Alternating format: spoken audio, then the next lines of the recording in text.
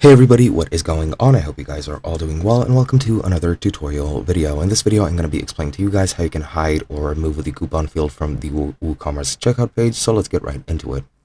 Now, as you'll see, I am using an online article because I cannot buy the WooCommerce subscription, or rather the WordPress business plan subscription, so I am pretty much barred out of using WooCommerce, so I hope you guys don't mind.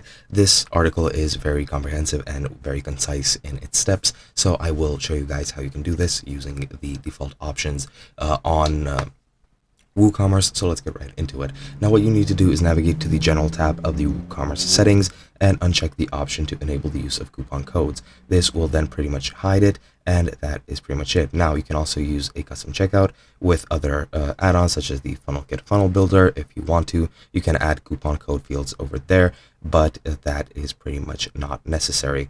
Now that is pretty much it. You can also use some applications or add-ons which they recommend. However, those are sometimes paid for, sometimes not, but it is very easy to use anyway. You can just go over the plugins in the plugins tab or search on the internet for some free plugins which might be of great use to you. However, in my opinion, the default option works very well. It is integrated. You don't have to download anything else. You just disable the coupons, and that is pretty much all there is to it.